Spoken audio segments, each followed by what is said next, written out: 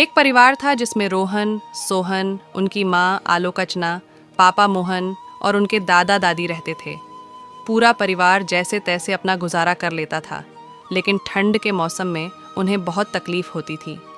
उनका घर बहुत ज़्यादा टूटा फूटा था। दीवारों में दरारें थीं और छत से ठंडी हवा अंदर आ जाती थी, जिस वजह से वहाँ रहना बेहद मुश्किल हो जाता था। रात भर ठंड के कारण कोई भी चैन से सो नहीं पाता था।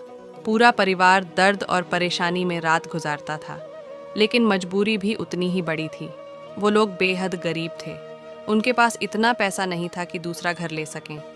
किसी तरह उसी टूटे घर में अपनी ज़िंदगी गुजार रहे थे। परिवार की हालत बहुत ख़राब थी। कई बार ऐसा होता कि 1 रुपये के लिए भी तरसना पड़ता। फिर भी उन्होंने कभी मेहनत से मुंह नहीं मोड़ा। रोहन और सोहन के पापा ठंडे मौसम में भी खेतों में काम करते थे। सुबह अंधेरे में निकल जाते और शाम को ठंड से कांपते हुए लौटते। घर में एक गाय थी। माँ और दादी मिलकर उसकी देखभाल करती। रोज़ सुबह गाय का दूध निकाल कर बेचने जाती।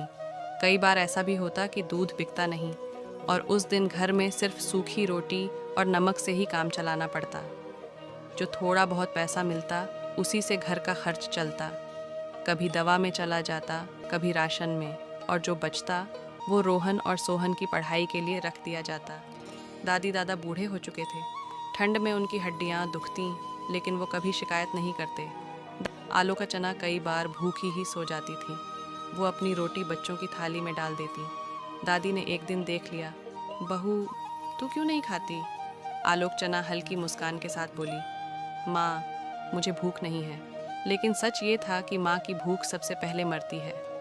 भगवान मेहनत देखने वाला है बेटा, एक दिन सब ठीक करेगा। बरसात की एक रात छत का एक हिस्सा गिर गया। सब डर गए।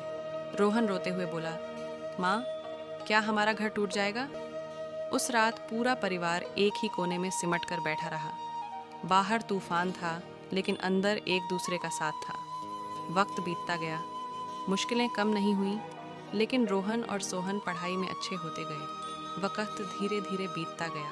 रोहन और सोहन पढ़ाई में अच्छे होने लगे। ठंड, गरीबी, टूटा घर, सबके बावजूद उन्होंने हार नहीं मानी। मोहन रोज़ भगवान से बस एक ही दुआ मांगता, मेरे बच्चों को वो दिन मत दिखाना जो मैंने देखे हैं। सालों की मेहनत, त्याग और आंसुओं के बाद एक दिन वो दुआ रंग लाई। रोहन और सोहन बड़े हुए, अपने पैरों पर खड़े हुए। रोहन और सोहन दोनों अपने पैरों पर खड़े हुए। सबसे पहले उन्होंने उसी टूटे घर को पक्का बनवाया। दादी की आंखों में आंसू थे, लेकिन इस बार दुख के नहीं, सुकून के। दादी बोली, ये घर नहीं बेटा, हमारी तपस्या का फल है। ठंड अब भी आती है, लेकिन अब वो डर नहीं बनती, क्योंकि घर टूट सकता है, हालात टूट सकते हैं, पर अगर परिवार साथ हो तो इंसान कभी नहीं टूटता। इस तरह से पूरा परिवार खुशी खुशी रहने लगा।